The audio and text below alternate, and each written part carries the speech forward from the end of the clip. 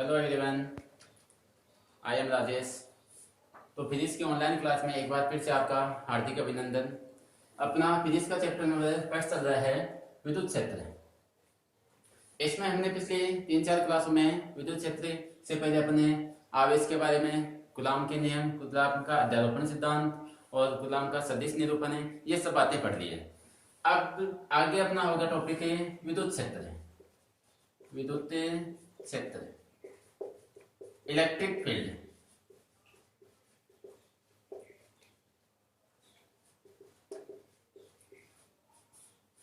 आप साथ साथ में नोट्स बनाते रहें। आपको पीडीएफ में भेज रहा हूँ टाइम से, वैसे अपने रफ नोटबुक के, अभी तो जैसे आपको लेक्चर पढ़ा रहा हूँ उस टाइम तो आप रफ नोटबुक में साथ साथ लिखें, जिससे ये आपको याद होते रहे। और जैसे आपको पीडीएफ भेजता हूँ तो उससे आप अपने पैड नोटबुक में उसको लिख लें। अब देखो विद्युत क्षेत्र क्या होता है। जैसे पीछे आवेश के बारे में जाना, तो देखो आवेश क्या करता है, प्रभाव उत्पन्न करता है। इसके चारों ओर क्या होता है कि प्रभाव उत्पन्न होता है, यानी कि एक निश्चित क्षेत्र तक अपना एक प्रभाव रखता है। अब जैसे मान लो ये इतना सा प्रभाव किया, उत्पन्न हुआ इसमें, यहाँ पे कोई आवेश है। अब इस प्रभाव में इस क्षेत्र में कोई अन्य आवेश लाया जाता है, जैसे क्यू नोट में इसके अंदर ही लेके आ रहा हूं, तो ये क्यू नोट जो आवेश है, तो परीक्षण आवेश बोलेंगे इसको अपने। ये क्या कर, इस पे क्या लगेगा, कूलॉम बल का अनुभव होगा, यानी कूलॉम आकर्षण बल लगेगा या फिर प्रतिकर्षण बल। जैसे इस क्षेत्र में प्रवेश करेगा तो इसके ऊपर कूलॉम आकर्षण या प्रतिकर्षण बल का अनुभव होगा। तो ये क्षेत्र, इस आवेश का जो ये क्षेत्र है, ये क्या कहलाएगा, विद्युत क्षेत्र। तो आपको अच्छे से परिभाषा समझ में आ गई होगी कि किसी आवेश के चारों ओर का वह क्षेत्र जिसमें कोई अन्य आवेश आने पर कूलॉम आकर्षण या प्रतिकर्षण बल का अनुभव करे, वह क्षेत्र क्या कहलाता है, विद्युत क्षेत्र। इसको अच्छे से आप लिख के याद कर सकते हो और आपको अच्छे से समझ में आ गया होगा। अब देखो, विद्युत क्षेत्र एक सदिश राशि है। कैसी राशि है, सदिश राशि। अब सदिश राशि है तो इसको सदिश राशि के लिए एक भौतिक राशि विद्युत क्षेत्र की तीव्रता से परिभाषित करते हैं। अगर सदिश राशि के रूप में बोलना चाहेंगे तो इसको क्या बोलेंगे, विद्युत क्षेत्र की तीव्रता। अब विद्युत क्षेत्र की तीव्रता की परिभाषा क्या होती है और ये क्या होता है इसमें, ये देखते हैं।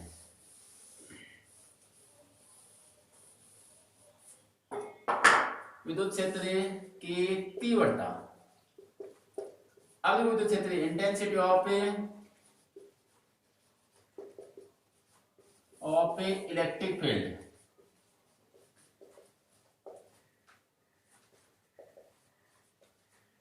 Intensity of electric field. अब विद्युत क्षेत्र की तीव्रता क्या होती है। जैसे कोई आवेश है, मान लो ये क्यू आवेश है, इसके चारों ओर क्या होगा, विद्युत क्षेत्र उत्पन्न होगा। अब इस विद्युत क्षेत्र में कोई अन्य परीक्षण आवेश, एकांक धनावेश परीक्षण आवेश, परीक्षण आवेश का अर्थ हुआ अपन यहाँ पे टेस्ट करना चाह रहे हैं कि यहाँ पे कोई बल लगता है या नहीं, तो इसको परीक्षण, ये काल्पनिक आवेश मान सकते हैं इसको एक तरह से। एकांक धनावेश परीक्षण आवेश लेके आते हैं। अब एकांक धनावेश परीक्षण लेके आते हैं तो इस पे क्या लगेगा, कूलॉम बल लगेगा। तो कूलॉम बल का मान कितना होगा, के एफ बराबर k q naught upon r square. मान लो यहां तक लेके आए, यहां से यहां तक की दूरी कितनी लेनी मैंने, आर। तो यहाँ पे कौन कितना बल लगा, के Q1 Q2 upon r square या k q naught upon r square.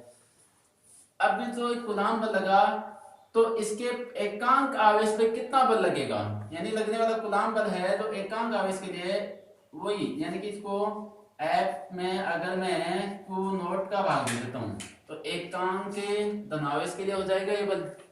तो ये जो एकांक धनावेश के लिए जो बल लग रहा है, इससे ही क्या कहते हैं, विद्युत क्षेत्र की तीव्रता।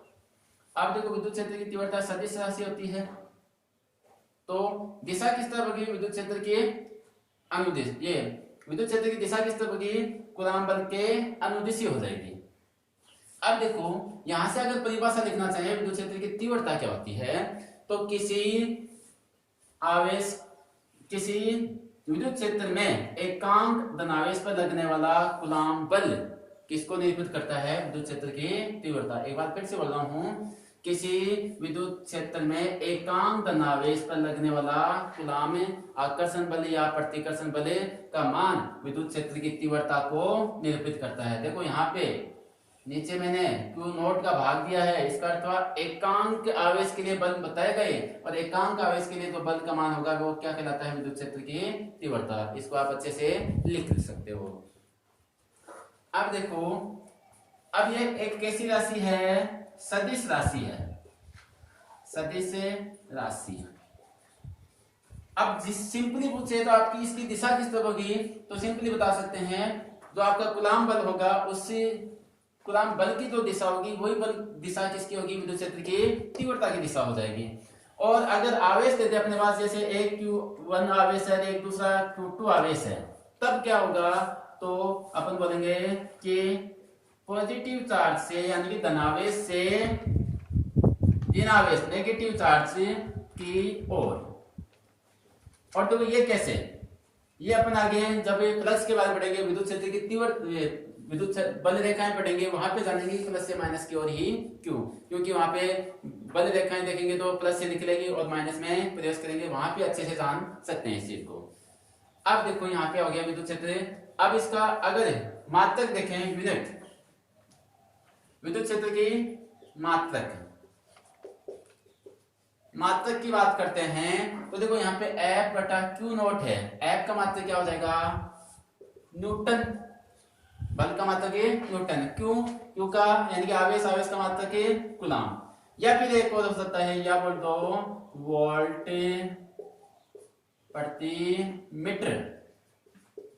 यह भी किसका होता है, विद्युत क्षेत्र की तीव्रता का ही मात्रक होता है। अब यहां से अगर अपने V में सूत्र निकालना चाहिए, V में या विमा इसकी विद्युत क्षेत्र की विमा कितनी होती है, तो देखो न्यूटन के लिए विमा M1 L1 T माइनस 2, नीचे है कूलाम के लिए A1 T1, ठीक है। अब इसको सोल्व कर लो, यहां से सोल्व करोगे तो देखो ऊपर M1 है, नीचे फिर L1 T माइनस 2 है, नीचे एक T प्लस का 1 है, तो ऊपर जाएगा तो T माइनस 2, और A ऊपर गया तो A माइनस 1। ये क्या हो गया, इसकी ये सूत्र है।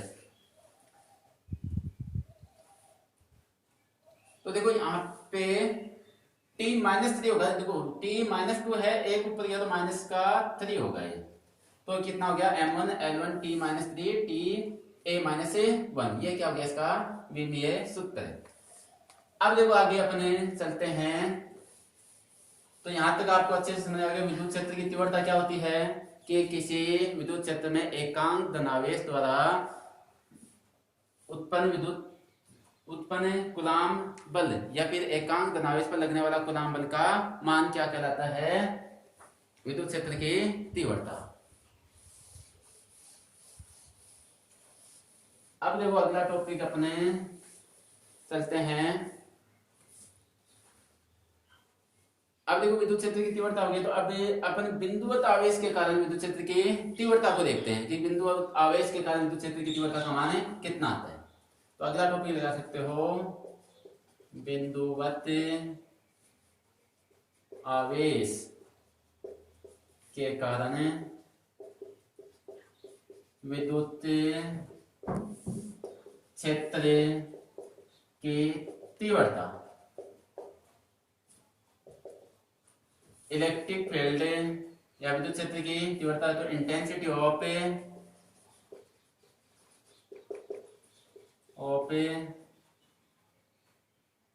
इलेक्ट्रिक फील्ड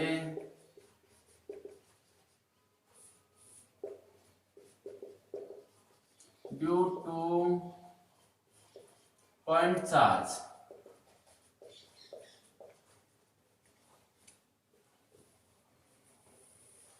आप देखो बिंदुवत आवेश के कारण विद्युत क्षेत्र की तीव्रता का मान कितना आएगा वो देखेंगे। तो मान लो यहाँ पे क्या है, एक बिंदुवत आवेश है Q, या कैपिटल Q ले लेता हूं इसको मैं, कितना है कैपिटल Q, और O बिंदु पर स्थित है। O बिंदु पे क्या है, कैपिटल Q आवेश स्थित है, ये बिंदु का नाम O दे दिया। अब इससे r दूरी पर कोई अन्य बिंदु स्थित है P, वहां पर विद्युत क्षेत्र की तीव्रता का मान निकालना है अपन को। कितनी दूरी पर है? r दूरी पर।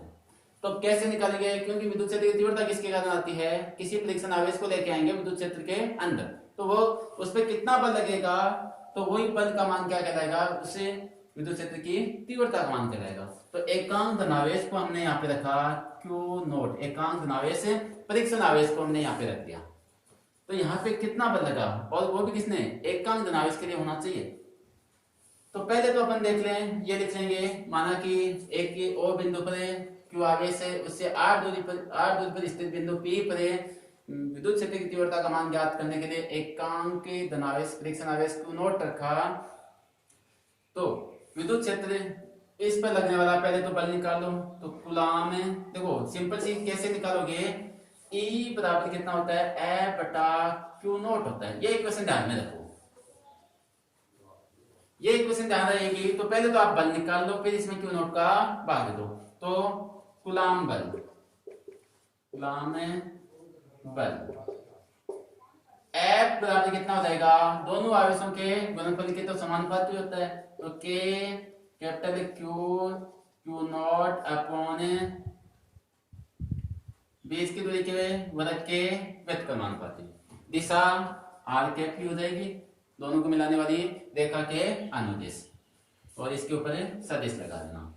अब विद्युत क्षेत्र की तीव्रता, विद्युत क्षेत्र की तीव्रता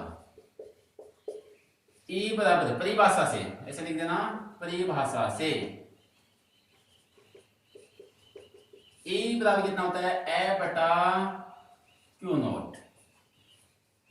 तो F का मान रखो, वेक्टर लगा देना इनके ऊपर। F का मान कितना है? K capital Q0 upon r square r cap. नीचे क्या है? Q0। तो Q0 से Q0 कैंसिल हो गया, तो E वेक्टर बराबर कितना बच गया? K capital Q upon r square r cap. तो यहां से ये किसका सूत्र आ गया? विद्युत क्षेत्र की तीव्रता का। तो देखो पहले तो दिशा देखें, तो बल की दिशा भी r कैप थी, तीव्रता की दिशा भी क्या है? r कैप है, यानी कि सेम दिशा होगी दोनों की। अब देखो ये सूत्र ध्यान में रखना कि जब भी विद्युत क्षेत्र की तीव्रता का मान हो तो K Q या स्मॉल q जो भी आपका Q0 या Q1 है, तो मैं कैपिटल Q लिख रहा हूं अपॉन r स्क्वायर, सदिश रूप लिखे तो r कैप। बल कितना होता है? F बराबर K Q upon r square. यहाँ पे दो आवेश मल्टीप्लाई में होते हैं, यहाँ पे एक सिंगल आवेश होता है, थोड़ा सा इतना ध्यान रखना इसमें। अब देखो विद्युत क्षेत्र की तीव्रता का जो मान है वो किस पर निर्भर करता है? निर्भरता देखते हैं।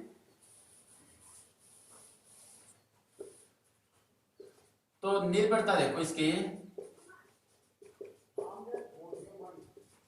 अब देखो यहाँ पे K तो क्या है? कांस्टेंट है, 1/4πε0। तो ये तो कांस्टेंट, जैसे कांस्टेंट हटाते हैं तो E समानुपाती Q अपॉन r स्क्वायर हो रहा है। एक बार वेक्टर को हटा रहा हूं मैं, तो E समानुपाती Q अपॉन r स्क्वायर।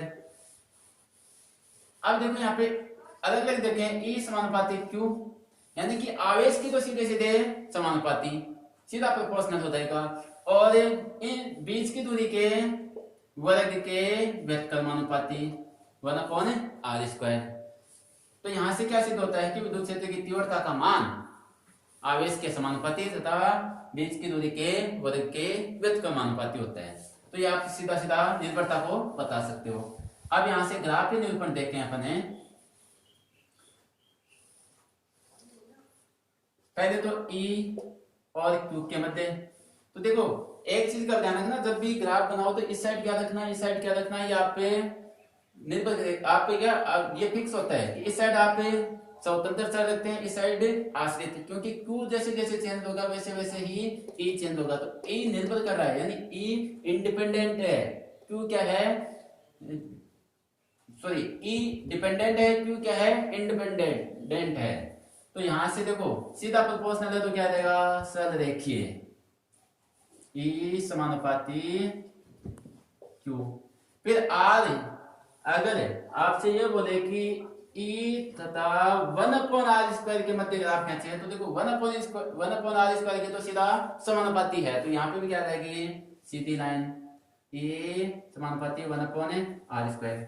लेकिन आपसे ऐसा ग्राफ देते कि ई तथा आर के मध्य कैसा आएगा, तो देखो जैसे जैसे आर का मान बढ़ेगा वैसे वैसे ई का मान क्या होगा, घटेगा। जब आर 0 था तो ई का मान कितना आएगा, अनंत। अनंत होगा तो अधिकतम होगा, अधिकतम होगा तो अधिकतम से मान लो यहाँ पे कोई अधिकतम था, इसके बाद जैसे जैसे ये बढ़ा वैसे वैसे ये कम हो जाएगा, तो ये इस प्रकार से पैराबोलिक टाइप में आ जाएगा, अति प्रबल के रूप में। तो इस प्रकार से अपने विद्युत क्षेत्र की तीव्रता की निर्भरता को देखा। अब देखो अपने अगर कोई माध्यम रख दिया जाए आवेशों के मध्य तो उसकी विद्युत क्षेत्र की तीव्रता पर क्या प्रभाव पड़ेगा, ये देखते हैं। तो देखो निर्वात के लिए तो कितना आया, निर्वात में तो ई का मान कितना आया, के क्यू अपॉन या क्यू नॉट, ऐसे थोड़ा सा क्यू अपॉन r², या के का मान रखो 1/4πε0 क्यू अपॉन r² होता है। माध्यम की बात करते हैं अब। माध्यम के लिए ε0 की जगह क्या रहेगा, एप्सिलॉन आ जाएगा या एप्सिलॉन m आ जाएगा, तो ई एम बराबर कितना आ जाएगा 1/4πε0 क्यू अपॉन r²। इसको समीकरण नंबर 1 देता हूं, इसको समीकरण नंबर 2 देता हूं। पहली बात तो ये देखेंगे इसके इसके मध्य क्या संबंध होगा, तो इन दोनों का क्या ले लो, अनुपात ले लो। E बटा ई एम बराबर कितना हो जाएगा 1/4πε0 Q upon r² divide by 1/4πε capital Q upon r²। अब देखो ये सेम है तो ये तो कैंसिल हो गया, 4π से 4π गया, और ये अपॉन में है दोनों तो ये उल्टे हो जाएंगे, तो कितना देगा एप्सिलॉन अपॉन एप्सिलॉन नॉट। तो देखो यहां से चूंकि एप्सिलॉन कितना, एप्सिलॉन आर कितना था, पैदा विद्युतांक, पीछे हमने पढ़ा था पैदा विद्युतांक epsilon R, epsilon R equal to था एप्सिलॉन अपॉन एप्सिलॉन नॉट। तो यहां से देखो एप्सिलॉन चाहिए अपन को, ये निकालो तो एप्सिलॉन बराबर कितना हो गया epsilon naught epsilon e, sorry epsilon r, ये मान रखते हैं। तो यहां पे देखो E divide by e m बराबर कितना हो गया, ये मान रखोगे तो epsilon naught into epsilon r divide by epsilon naught, ये से कैंसिल हो गया, तो यहां से कितना गया एप्सिलॉन आर। तो देखो E बराबर कितना हो गया epsilon r into e m, या फिर एक कंडीशन और लिख सकते हो आपने कि ई एम बराबर कितना होगा, इसका भाग लग जाएगा e divide by epsilon r. तो देखो यहां से माध्यम में विद्युत क्षेत्र की तीव्रता का मान कितना होता है, निर्वात की तीव्रता का 1/εr गुना, यह तो यहां से क्या सिद्ध होता है कि कौन सा मान अधिक होगा। देखो ई में भाग लगने के बाद ई एम आ रहा है, इसका अर्थ तो ये मान कम है क्योंकि इसमें भाग दे रहे हैं तब मिल रहा है, तो क्या हो जाएगा E greater than e m. तो यहां से सिद्ध होता है कि निर्वात में विद्युत क्षेत्र की तीव्रता का मान अधिक होता है किसके, माध्यम के बजाय, कि माध्यम की विद्युत क्षेत्र की तीव्रता का जो मान होता है उससे अधिक किसका होता है, निर्वात का। और कितना अधिक होता है, एप्सिलॉन आर गुना अधिक होता है। तो यहां से आपको अच्छे समझ में आएगा बिंदुवत आवेश के कारण विद्युत क्षेत्र की तीव्रता का मान निकाला, कौन सा अधिक होता है, कैसे निर्भर करते हैं आपस में, किसका मान कितना गुना होता है या कितना गुना कम होता है। तो यहां तक अपने, इसके बाद अपने आगे कंटिन्यू अगले लेक्चर में पढ़ेंगे। तो आज तक इतना ही। तो एक चीज ध्यान रखना, विद्युत क्षेत्र की तीव्रता के लिए जो इक्वेशन है ये इक्वेशन ध्यान रखना कि E बराबर कितना आता है के क्यू अपॉन r²। हाँ तो अगला टॉपिक होगा अपना देखो यहाँ तक हमने क्या पढ़ा कि विद्युत क्षेत्र की तीव्रता का मान कितना होता है, E बराबर k Q upon r square. तो ये बात ध्यान रखना। फोर्स का मान कितना था, कूलम्ब बल का मान F इक्वल टू के Q1 Q2 upon r square. ठीक है, ये दोनों फॉर्मूले अच्छे से याद रखना। और इससे संबंधित अपने देखो बुक में न्यूमेरिकल हैं, एग्जाम्पल हैं, वो साथ साथ करते रहो। जिससे क्या होगी, जैसे आपको कोई क्वेश्चन में दिक्कत आती है वो आप मेरे को मैसेज कर दो, वो आपको यहाँ पे मैं सॉल्व कर दूंगा, आपको एक वीडियो बना के उसका डाल दूंगा। अब देखो सारे क्वेश्चन तो पॉसिबल नहीं कि अपने सारे क्वेश्चन ही सॉल्व करते रहें, उससे तो बहुत लंबा वीडियो हो जाएगा और उतना टाइम भी नहीं अपने पास। तो अगला टॉपिक पढ़ते हैं अपने बहुआवेशी निकाय। बहुआवेशी निकाय के कारण विद्युत क्षेत्र की तीव्रता, क्षेत्र की तीव्रता, electric field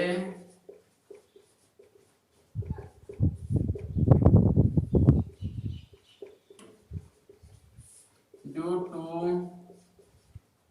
system of charge,